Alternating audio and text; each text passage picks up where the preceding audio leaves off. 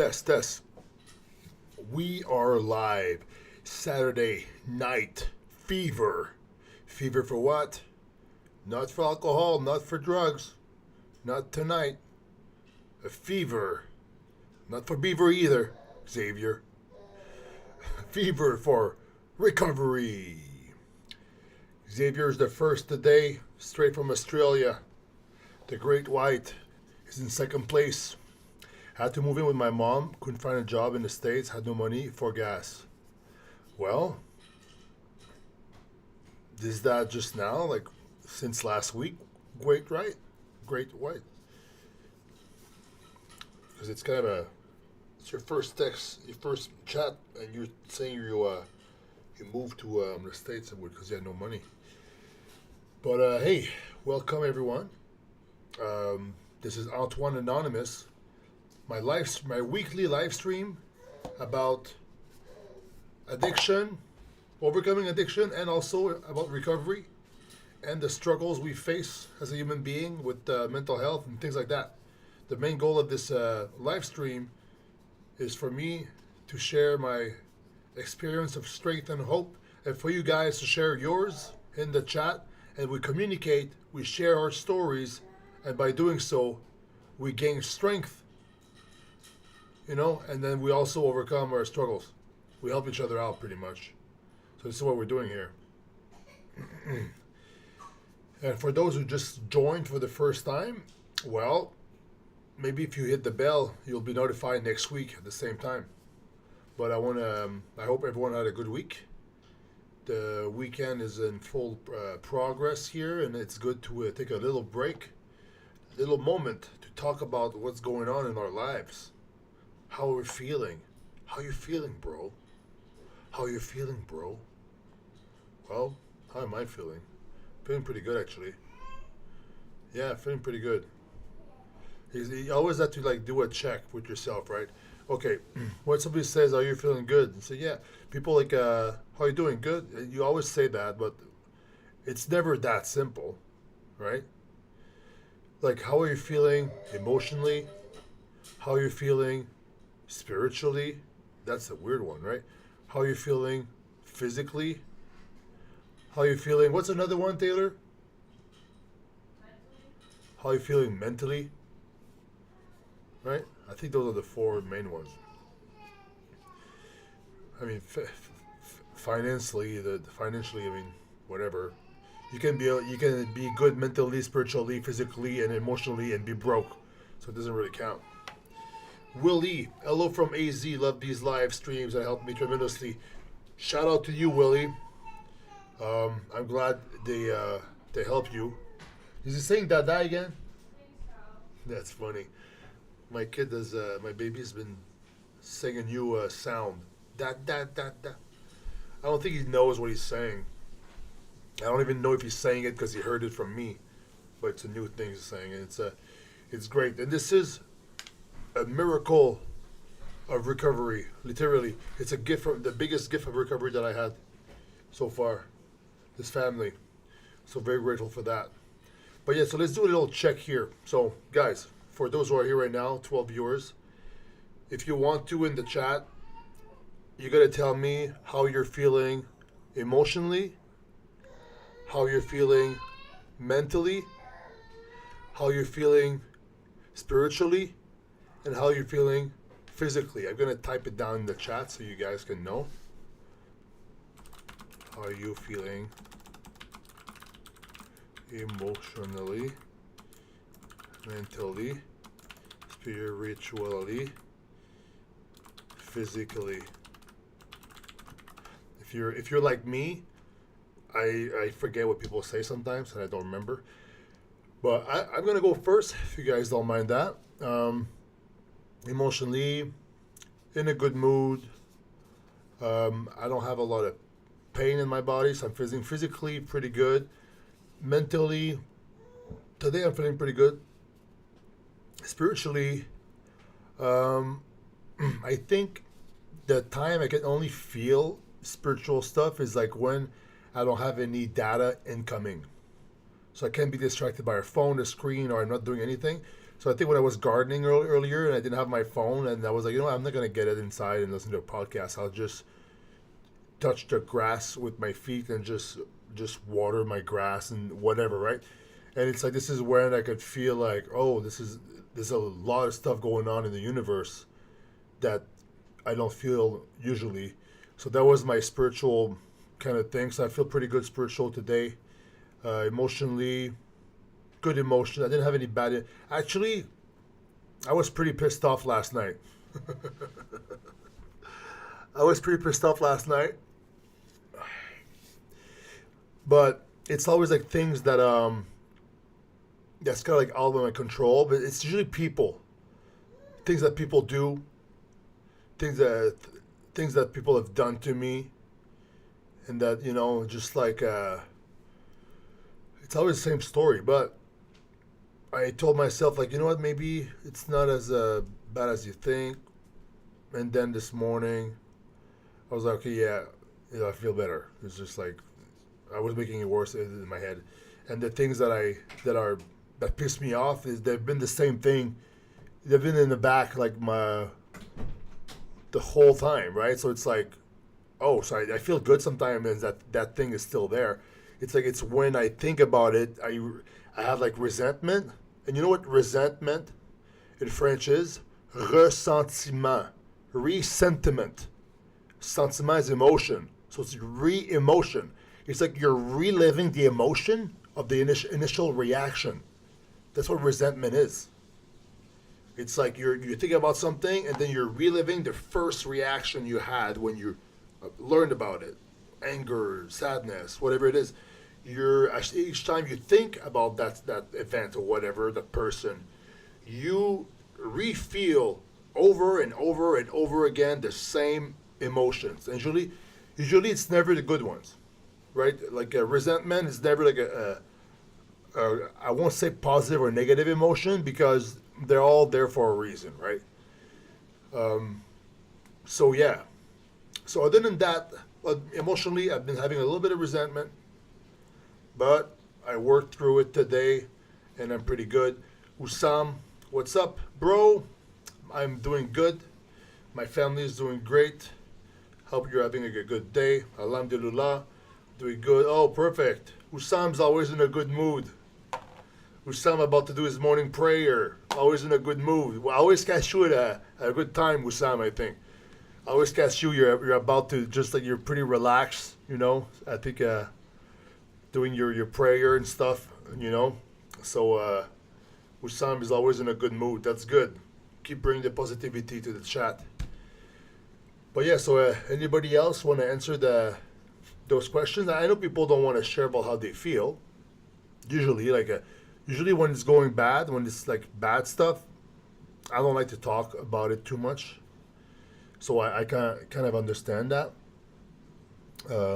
Yes, God helps you. But yeah, but if you at any time in the chat, you guys want to tell me how you guys are feeling, I'm gonna read it. I'm gonna read it and I'm gonna validate your feelings. So, but for now, what I can do, I can bring this right here. God, grant me the serenity to accept the things I cannot change, courage to change the things I can, and wisdom to know the difference. Boom. I just depressed, no one come but listen to Christian music. Hey, Great White, that's good. Not that you're broke, but that you're going through it. And the thing is, a lot of the time, one sec, a lot of the time is that when I would go through something really hard, or let's say like I would be broke, for example, I'm never praying for money. I'm just praying for the strength to go through this bad shit moment. There's always this saying there like, oh, if you're going through hell, well, better keep walking. I always thought it was kind of funny and true though. If you're literally going through hell, why would you stop there? No, you just need to go through it and then come out on the other side. Climb back up to the heavens. What's up, Gun 1221? Hope you're good. Black Patron is saying, gonna go to bed here as I want to catch Red Bull Hardline in 8 hours. But I just wanted to say you're doing a good thing with these stream, Antoine. Keep it up. Black Patron, I don't know what Red Bull Hardline is, but it sounds like it's an extreme sport. Hope you have fun.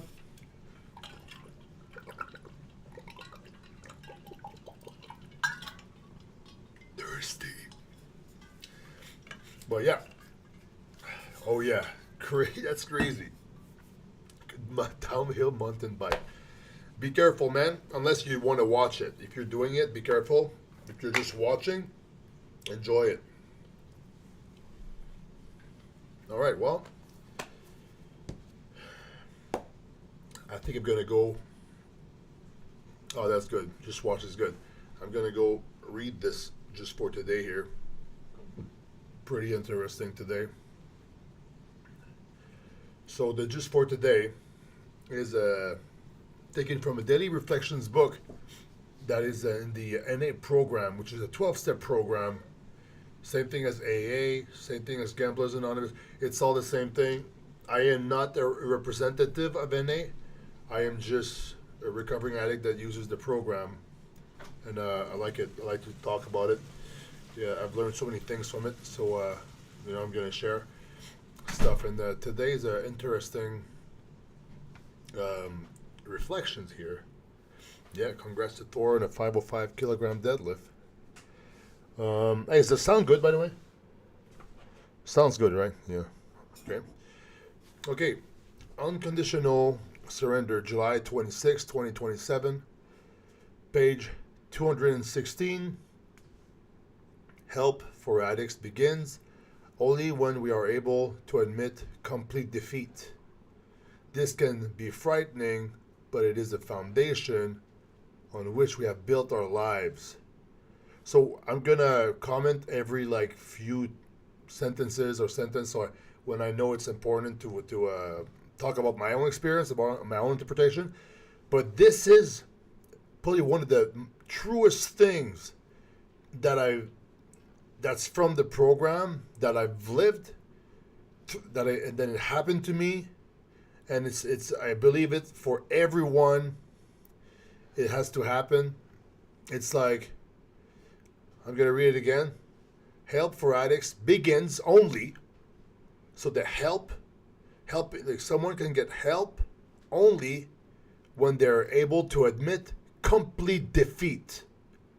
So at rock bottom, you notice at rock bottom, your ego is done. There's no trying to blame other people or try to scheme your way out of something. It's just like you got beaten by your addiction, beaten by life, and now you're ready to change. Because there's nothing, everything bad that had happened to you probably happened up to that point. All right, and it says here, this can be frightening. Yeah. Yes. Frightening. Of course. And a rock bottom can be different for everyone, right? My rock bottoms were probably worse or not as bad as other people's rock bottoms, but it doesn't matter. And sometimes you can have a rock bottom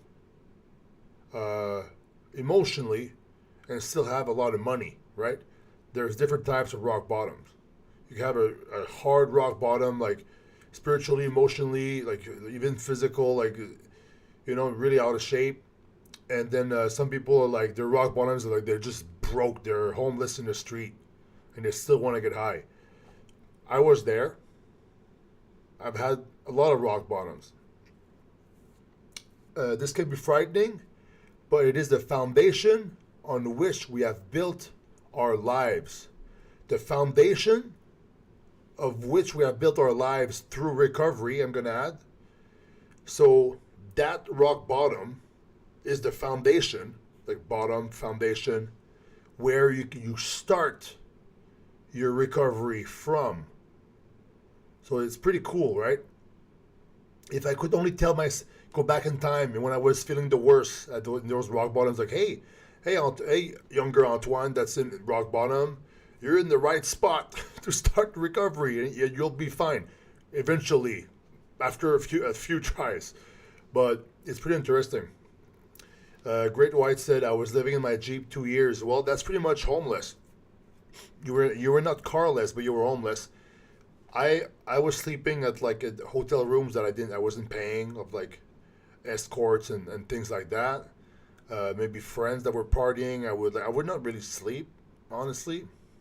But I did that for like couch surfing for like 2 months at a time, 3 months, and sometimes like I think one time I was 6 months without like just having a home anywhere. So this is how it begins, right? This is how people become homeless, unless they have like a mental health issues and they don't have support. Sometimes like the shelters are a mix of like addiction and mental health. Sometimes both, often both, and people just like kind of gave up on them, and for good reason sometimes because we're pretty annoying in active addiction, right? It's like people if they have good boundaries usually like just kind of cut us off for their own sake. So I get that. I learned through a few times where people would just like push me away. I tried to not take it personal, which was like really hard, but it was like, okay, yeah, I get it. I get it. Like, why would I stay here? And like my friends kicked me out of their house after trying to help me, and then I relapsed just one time. Just this one time I relapsed. It was a condition though.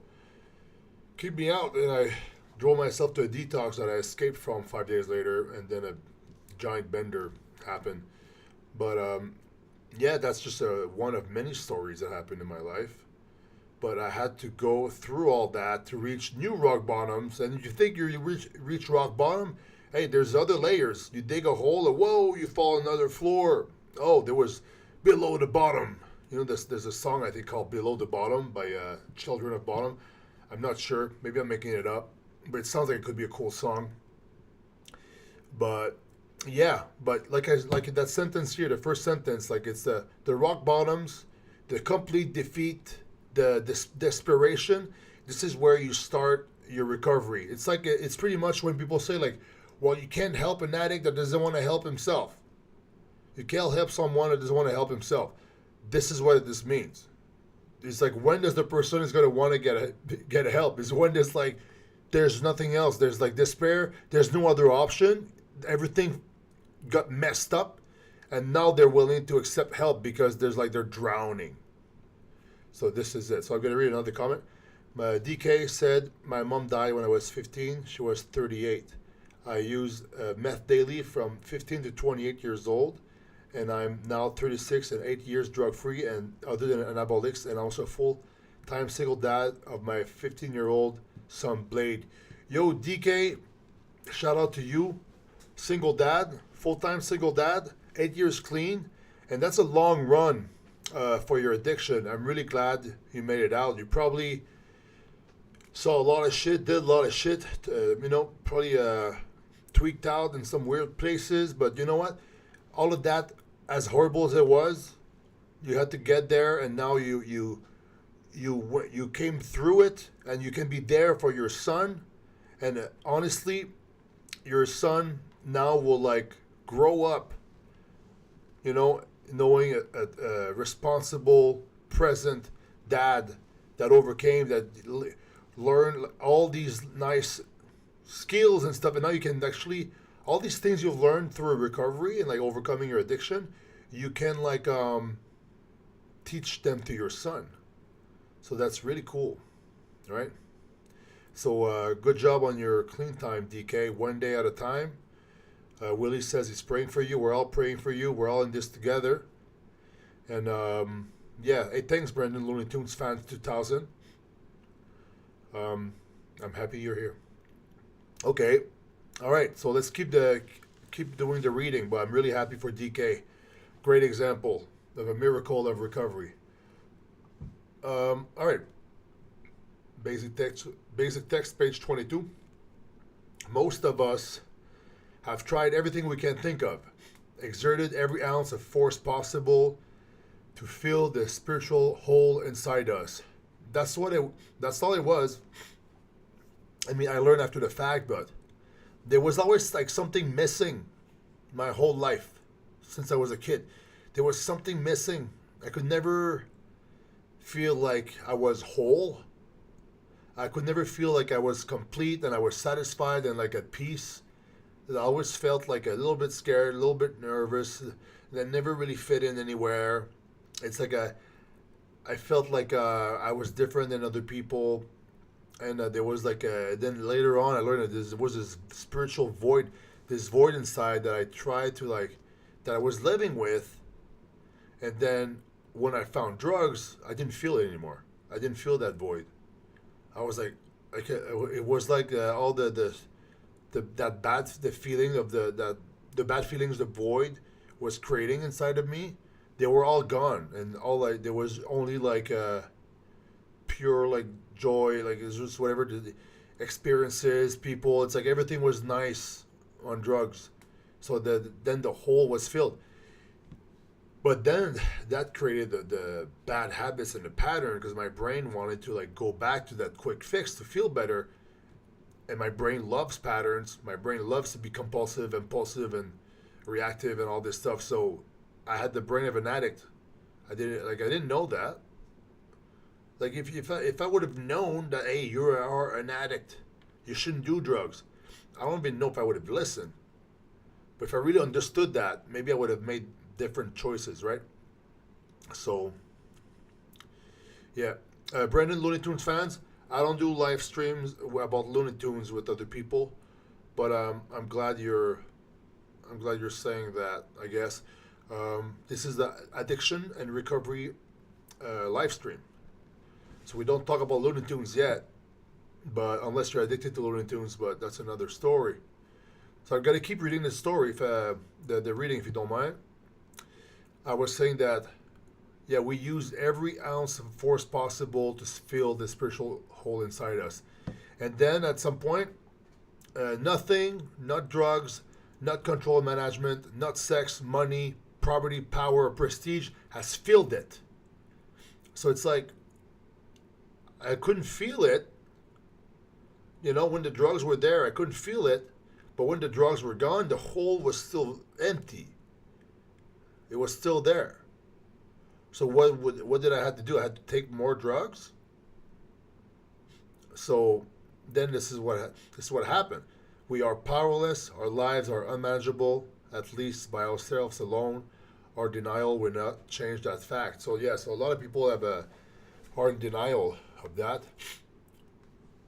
I mean, my denial part was probably really, really brief. Uh, like, I didn't think I had a problem until I tried to stop for real. And then I couldn't stop at all. So this is when I was like, yep, I guess I have a problem. It is a problem because there's a lot of bad consequences happening and I can't stop it. Even though I said I would to myself and the world. So yeah, denial will not change that fact. 100%. All right, and the next part is very interesting. So we surrender. What? I thought surrendering was like in war, you lose the war. Yeah, you're surrendering to the war on drugs, but not surrendering that you're going to do all the drugs. You're surrendering trying to control it. That you're too weak for that fight. I was too weak for that fight. So this is not a fight I need to take. I need to give up that fight and choose another fight. I didn't get that. Could you try again? Oh Why does Jesus! the light? Oh my God, Siri's trying to cut me off there. do robots get addicted? Will AI be addicted?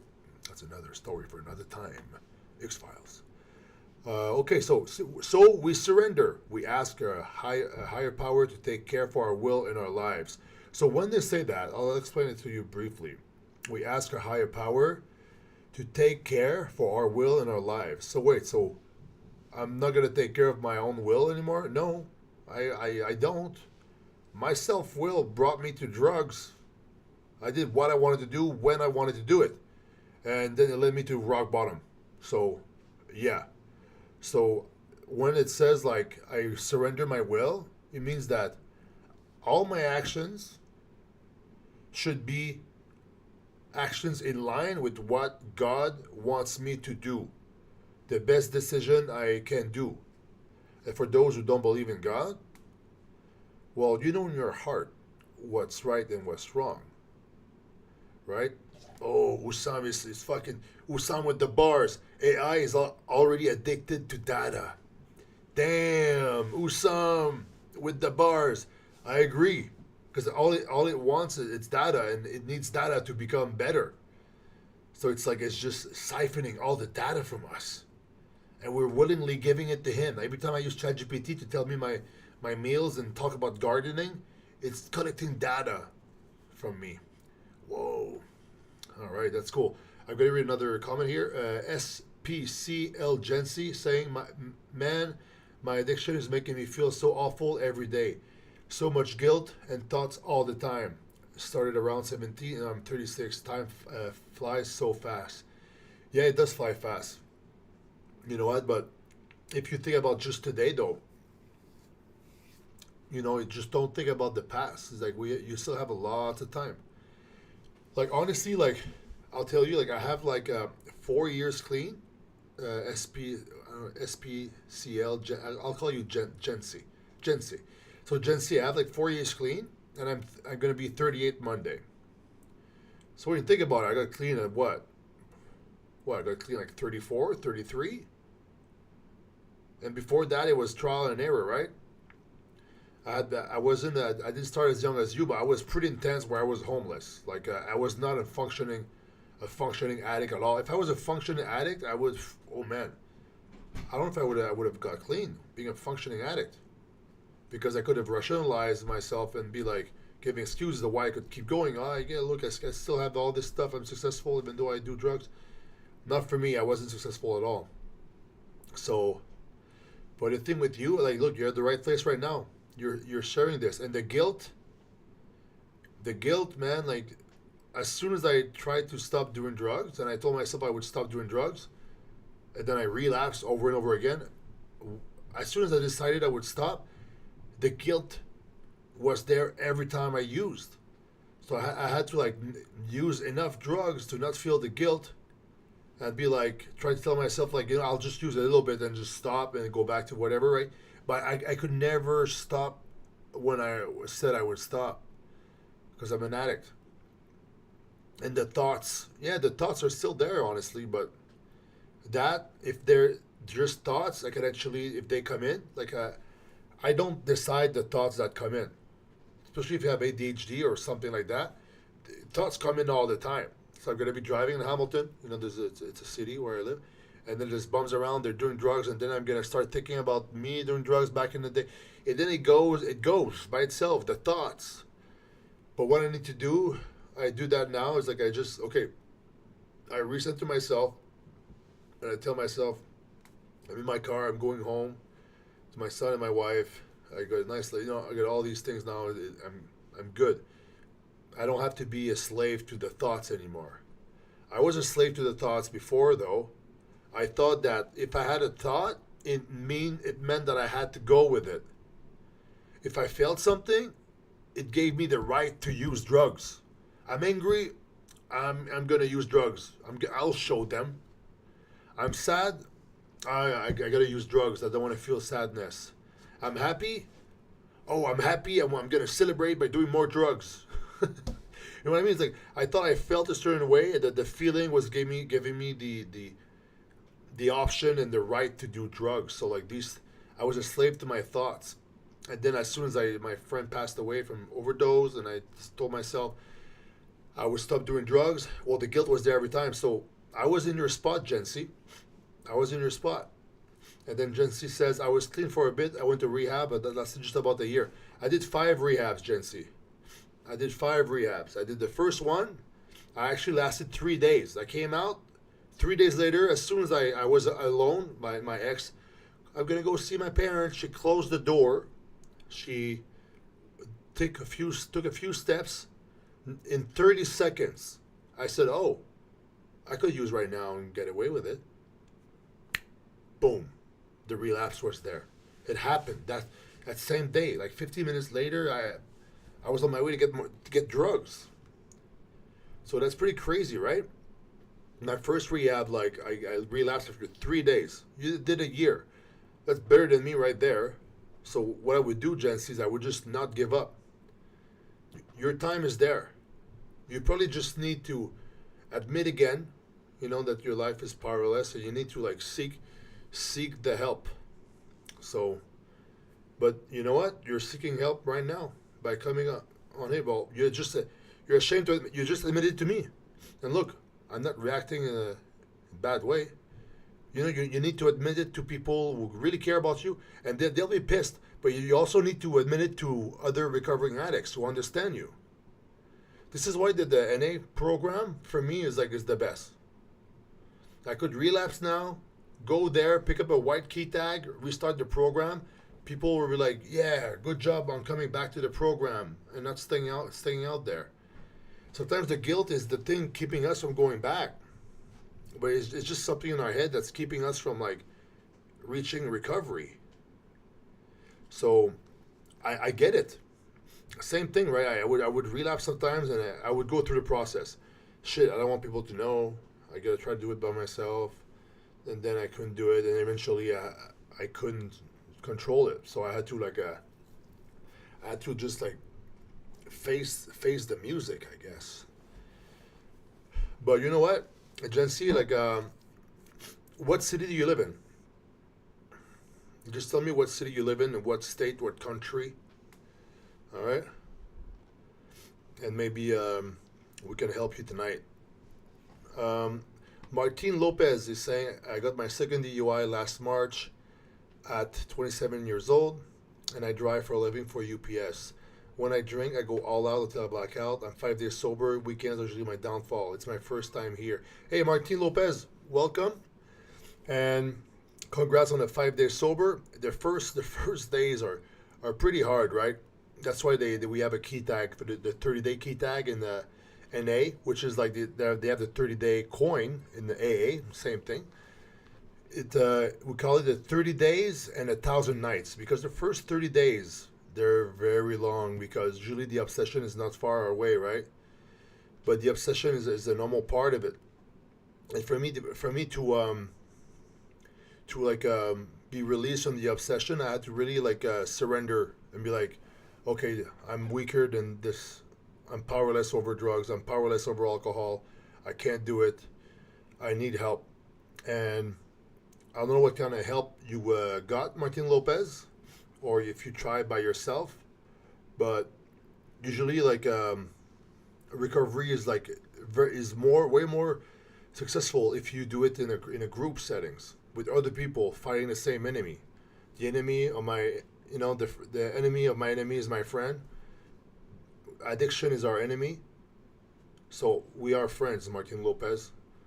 Like, I don't know you, but I know you. I went all out too. I wasn't drinking. It was the opposite for me. I'll be up for days. So you black out, I would not sleep for days. So it's just different. Oh, baby. Mwah. Bonnie. So, Martin Lopez, I'm glad you're here. So maybe if you listen, you can ask questions too, and I'll try to answer the best of my ability, talking about my experience. Gen C is amphetamines that really makes your head think different. Yeah, it does. It messes up the dopamine and everything. I was similar substances for me too. Gen C, Netherlands, brother. All right. Well, let's see.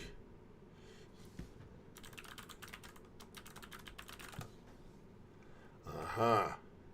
All right, I'm gonna do something here. Okay. One sec. Boom. Let me try something here.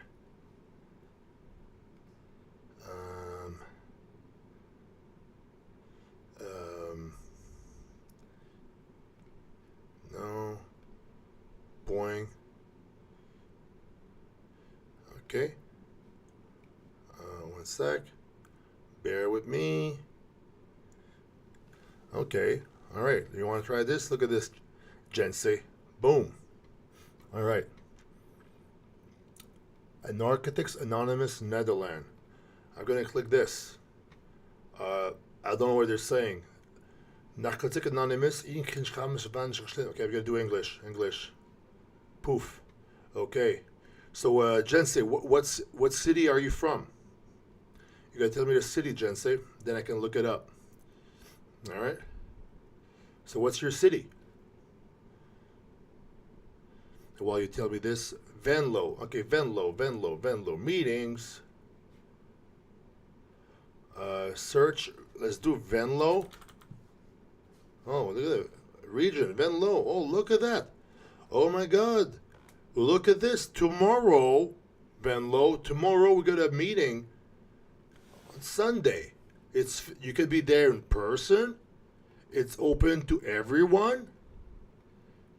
And yeah. Here's the address. Look at this. Look at this. Wow. This is the address. There's even an email right here. Cool, right? This is great. This is great. I got a meeting for you right there at 7:30. You could go there tomorrow and seek help. I would go there. You can just like say, hey, I want to start the program, or I just want to listen, or you just go there, listen, then you talk to people, before and after the meeting or during the break. This is it. Pretty good. Let me go back to the other thing. Boom. All right. How cool is that? Jense, I found a meeting for you. Pretty cool, right? You know what I'm going to do too? I'm going to add something here.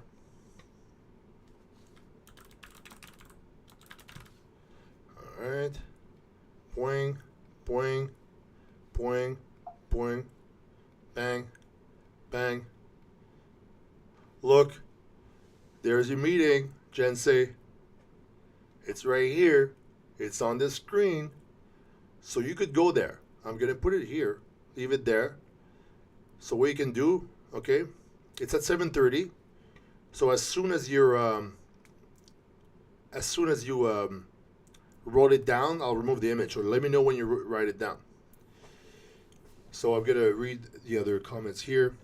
DK is saying, for me, the first step was to stop hanging around the people who did drugs I thought were my friends. Yeah, so we need to cut places, people, and things. All right? Places, people, and things. So people is one. If you could cut the people, it's good. Sometimes they're your friends, right? It's kind of hard to do that. I'm just saying it now. I'm not saying it's easy. I'm just saying what needs to be done to help you out. So, you took a screenshot? Jen, say perfect. All right, I'm going to remove this thing here. Perfect. All right. What was I saying? Places, people, and things. So, people, remove that. Places could be clubs, could be like at somebody's house. Everywhere where you use drugs, if you can avoid that, it will really help not to be triggered and not to do it. And then things is weird, because let's say if you're trying to stop using drugs, and then you have all the smoking and the drug paraphernalia at home, still it's going to be, even if you're not going to see your friends, even if you don't go to the places you use drugs, all the tools for using drugs are there. So all the things you need to get rid of too. So DK, first step, that's a good first step. And then people can also go with places, remove the places that you use drugs in, and you can also remove the things you use drugs with. So that's good. So, Jense, I hope you can go tomorrow. I don't know how far it is from your house, but it's good. Top Flight Sec is saying, currently fighting for my sobriety right now. It gets lonely cutting everyone out. Went to first NA meeting this week to meet some new friends. Yes, see, Jense, Top Flight right here went to his first meeting. So Top Flight, how was it? Was it weird with all the people saying stuff in unison and the readings at the beginning? It's weird at the beginning, but then you kind of it becomes like just a funny thing. It's just like people are bored reading the literature. They just start making it a little bit more entertaining. So maybe Top flight. You can tell Gen Z how was your first meeting here. So it's really good. 5 minutes by car. That's easy. Easy money. Easy money. And I'm sure around Venlo, like a little bit outside of Venlo, there's probably more meetings too. And also on Zoom, if you don't want to go in person, on Zoom there's meetings too. So that's cool. So go Gen C. Go Gen C. Go Gen C. Go top flight. Go top flight. Go everyone else. Go everyone else. Okay, I'm gonna keep doing the reading, and then I'm gonna go back to the more questions here. Our denial will not change. That's a fact. So pretty much we talked about surrendering, rock bottom, the gift of desperation, and then the void we had, nothing could fill it up, and then we're powerless, and even the denial could not change that. So we surrender. We ask our higher power to take care of our will in our lives. I talked about that. Sometimes in surrendering, we don't know that a power greater than ourselves exists, which can restore us to wholeness. People say they will use the higher power to fill up the void. But I think sometimes the purpose to help people can also fill that void. But what is that? What is the drive behind helping other people just for the sake of helping other people? That is like God's will right there. So even though you don't believe in God, you're doing God's work by helping other people. So it is the higher power. It's a power greater than you because you're doing greater than you by helping other people. Doing just you is doing just your own will. But if you're helping other people for the sake of helping other people, you are doing work greater than yourself. So it's very important. That purpose sometimes can be your higher power. So that's just one way to see it. And that will restore us to wholeness. Eventually, I don't feel as empty inside anymore. I'm not saying I never feel any type of void at all, but life is manageable now and life is good. So let's keep reading. Sometimes we're not sure that the God of our own understanding will care for our unimaginable lives. Our lack of certainty, though, does not affect the essential truth. We are powerless over drugs, right? We're powerless over drugs. Like, I couldn't control it. If I would, the drugs would control me every time. All my decisions were built around using drugs somehow. Or trying not to do drugs. It's like when you're the obsession of like, I can't do drugs. It's taking over our lives, right? My life actually. Our lives are unmanageable. Mine was. Everything was fucked up. So we must surrender. Surrender to the higher power. Surrender to recovery. Surrender to the fact that I was powerless over drugs. Only by doing so can we open ourselves wide enough for our old ideas and past wreckage to be cleared, wide enough for power to enter. Interesting sentence. It's only by surrendering that we can open ourselves wide. It's like by surrendering, we create space for something else to come in our life to help the recovery program, the higher power, the God of your own understanding, like your God. And then after that, we can begin recovery. So just for today, I will surrender unconditionally. I can make it as easy or as hard as I choose. Hey, that's funny. Either way, I will do it. So yeah, it's easy. It could be easy.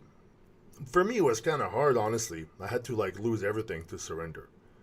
I could not surrender until I had really, really bad consequences. Then I was like, okay, shit, fuck, I give up. It's like, this is too much. Everything is chaotic. It's messed up. I lost everything. I'm ruining relationships. Now I'm ready to get to start my recovery. So for me, it was like that. So it says here unconditionally. I don't really understand that part. Without condition. Oh, it's like you really surrender for the sake of surrendering because I'll surrender with the condition of X and Y. It doesn't work. It has to be a full surrender. I think that's what it means. Okay, I'm gonna go back to the chat. If you guys want to talk about the text I just read, just feel free. I'm gonna respond to you. Um, Top Flight said, I've been to an AA meeting once, but felt weird because I have a narcotics problem. The NA meeting was great. People were super kind. Yeah, AA is only for alcohol. Top Flight, because there was no opioid crisis back in the 1930s when the program was created. There was an alcohol crisis. You know, not the ban of alcohol they had. What do you call that? The retribution? No, there was like some ban on alcohol. There's a name for it. In the States, they made everything alcohol illegal so bad because it was so bad they made it illegal because it was killing people more than anything.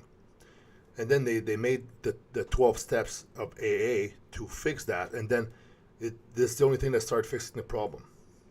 And honestly, have you ever Top Flight? If you wanna read a cool story, you gotta read Dr. Bob's Prohibition. That's right, Willie. So Top Flight, just for fun, because the big book of AA is really good, right? But you need to read Bob's. I mean, at some point, I think next week,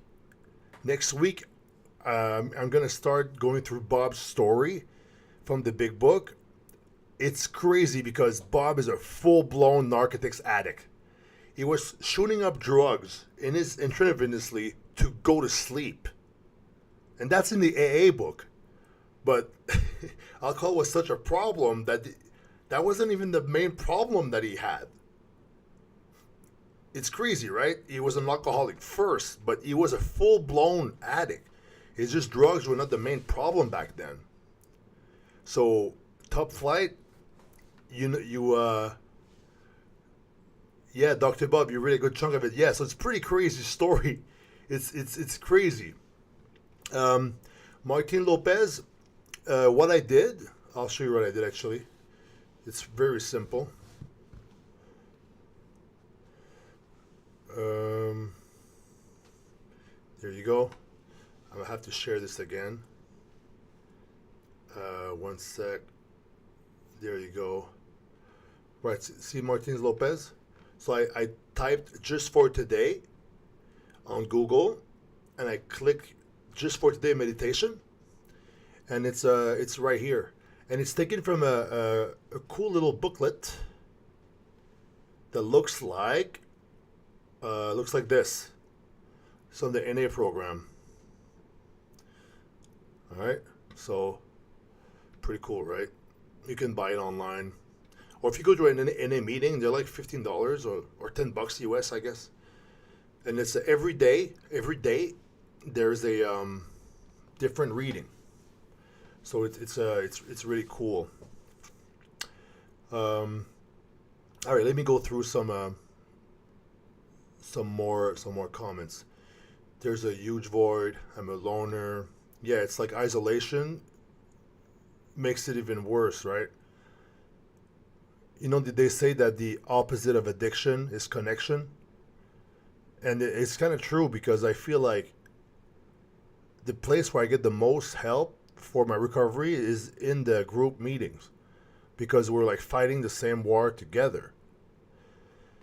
So Macadoni is saying, Antoine, I've been following you since the Sue Six spoof. Love you, brother, too. I love you too, brother. So you're an OG, like pre 2005 or something. Jen C is saying, yeah, it's easy to give advice. I'm professional at giving great advice and support to others, but helping yourself is another cookie. Yeah, I agree with that. For me, it's because I find that I can have all the knowledge, but when I'm the one feeling the emotion, I kind of forget it. Because when I feel really high emotions, it's kind of like my IQ goes down, and I go retarded or something. So it's like, this is why, like, when things are happening to me, if I'm really heightened in emotion, I need to kind of, before reacting, like I want to react, my first thought is like, I need to not do that. So if I just take time to just stay there, and then just exit the room, breathe, don't feed in the emotion too much, just live through the emotion that then it really goes down, and then in that peace and quiet there's like an open space that is created, and then you'll be able to like tell yourself, okay, what's the right thing to do here? What's the righteous thing to do here? What's good and true? And then the answer will come. Right? That's why giving advice is easy. Somebody has a problem. Oh, this you need to do this. It's easy for you to say it because you're not feeling what they're feeling. That's why it's easy to give advice. So I totally agree with that. Dr. Bob, good chunk of it. Okay, Macadoni saying, I drink every weekend. Is this an addiction? Well, it depends. Can you stop? Are you hiding alcohol in your house? And there's a few things you can like ask yourself if you're an addict. I'm not going to talk about you specifically, Macadoni, but for example, are you hiding any drugs or alcohol from people? Are you lying about how much you drink or how much you use? Are you feeling guilty and ashamed? Are you doing things you regret? Did you tell yourself you would stop after every weekend and then you still do it? Because there's different type of like addicts, right? There's like binge addicts. Well, they'll just do like so much in a short amount of time, and then they'll be a few days or a week or two and not do it. But they'll like every time they drink, they'll drink till they black out. So maybe, but like there's a really good reading by in NA. It's called "Am I an Addict?" Oh man, where is it? Wait a sec, a pamphlet.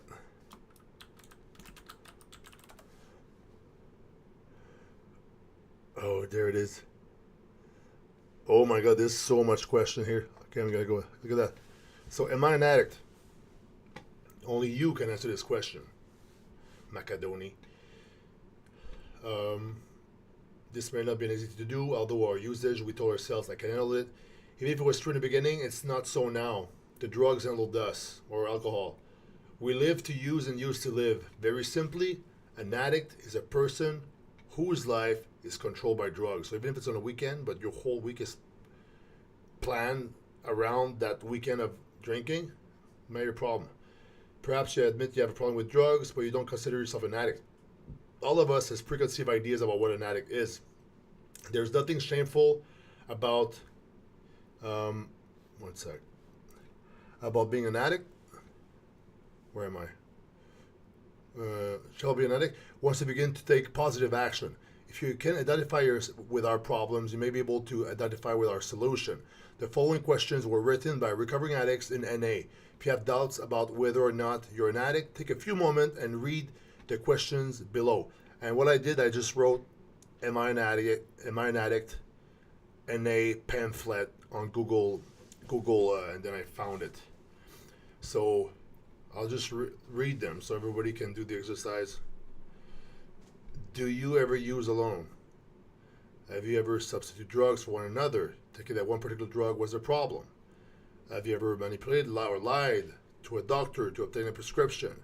Have you ever stolen drugs or stolen or alcohol or obtained drugs? So alcohol is like a drug, so you could just, for those who just drink, just remove the word drug and put alcohol. Do you regularly use a drug when you wake up, when you go to bed? Have you ever taken one drug to overcome the effects of another? Do you avoid people or places that do not approve of you using drugs? Like avoiding people who don't drink, for example. Have you ever used a drug without knowing what it was, what it would do to you? Oh man, I'm laughing because I'm thinking about my own life.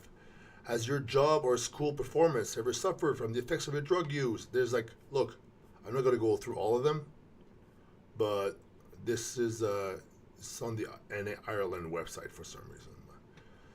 The pamphlet is called "Am I an Addict?" and it looks like this. That's the pamphlet. I'm gonna save it. I want to save it. I'm saving it. All right. Okay, so I'm gonna go back to this. I'm gonna remove this. You can see the supplements in the supplements in the back. Pretty cool, right? Let me just put it there for fun. Hey, where's my pamphlet? What the hell? I had a pamphlet. Just give me 1 second. What? Ah.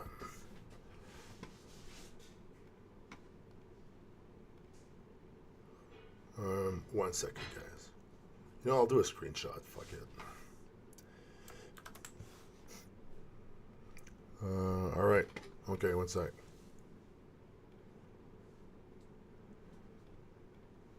Aha. Boing. Yay. All right. Boop.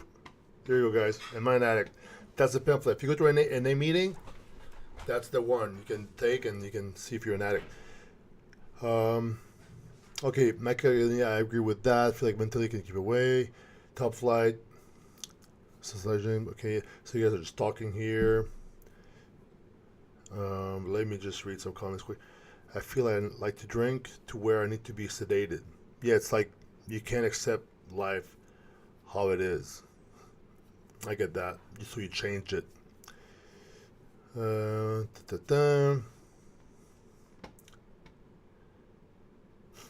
Yeah, Jen says you're right. The first phase is like you're telling yourself you're in control still. If you're drinking to medicate, so Top Flight is giving a good cue here. If you're drinking to medicate or propose to sedate yourself, that's how addiction starts. It started using because it relaxed me and got rid of my problems, and then it spiraled from occasional to full blown. If you're drinking and end up sedating yourself because you can't stop, that's a warning sign. Yeah. Well, Top Flight is like speaking from like experience here. I agree with him, right? When I first started doing drugs, I was like doing it, and I thought it was just for partying, right? I'm partying, with the girls and stuff, and raves and whatever, right?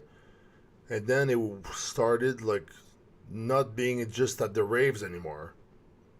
It started being more often, more intense, hotel rooms. And then I was like, I don't want to go to the rave anymore. Let's just go straight to the hotel room or whatever. So then it got worse. Then there was no rooms anymore. Jeez, right? So yeah, and desktop bodybuilding. Okay, Xavier, I've been listening, bro, while getting things done. Cool as fuck what you're doing. Yeah, well, thanks, man. I think it's helping a little bit of people, right? I mean, look at everybody talking to each other here and helping each other out. All right, hey guys, it's been an hour already.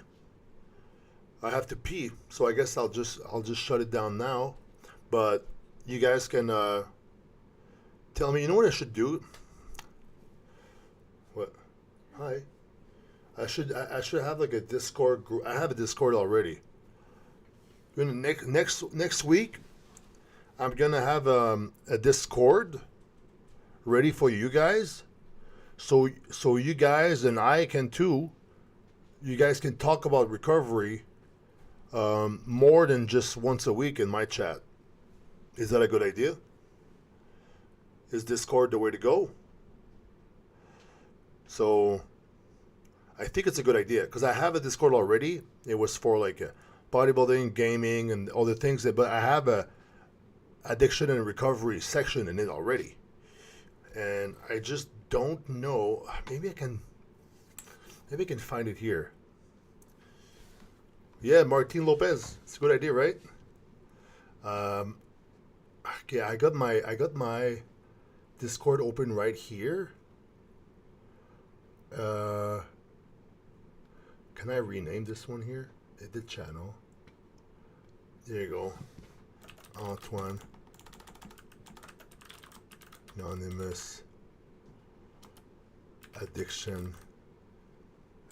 And what the hell? And recovery. I'm just typing. I'm typing it out, guys, and then we can maybe do this. Okay. Connect with other recovering addicts and or learn about addiction recovery. That's cool. Save changes. All right. Here we go. Create. How do I share this? I'm trying to figure it out, guys. One sec.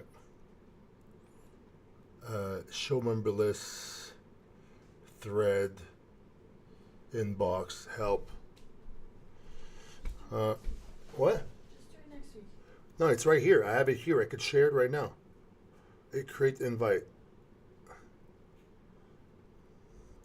Yeah, I don't know. Or send an invite link to a friend. Hidden. Oh. Okay, let's try this. Boing. All right, well, there you go, guys. If you guys want to click on that and see if it works, that will be the place. 24/7. Maybe you can get support from other recovering addicts. Antoine Anonymous, Discord, let's go. So, no hurt, no big shirt. Drop by, say hi. What's up, guys? I got to pee and my wife was standing right there. Probably need something from me. I think I got to clean the kitchen because I didn't finish doing it earlier. The gift of recovery. I get to clean my kitchen. I get to have a kitchen. I get to have a house that's messy. All right. Hussam, inshallah, alhamdulillah. See you next week. Oh, look, there's already people in the chat there. Jen C is in the chat. There's another person in the chat that said, yo. Sweet. Yo. Cool. All right. Well, take care, guys. And the link is where I'll post it again here. Double thing. So this is the link to the Discord, Antoine Anonymous Discord, where you guys can chat. So really happy about that. It's a good idea you guys had. Did you have the idea? Who had the idea? Was it me or was it you guys? It was us together. All right. Peace out, guys.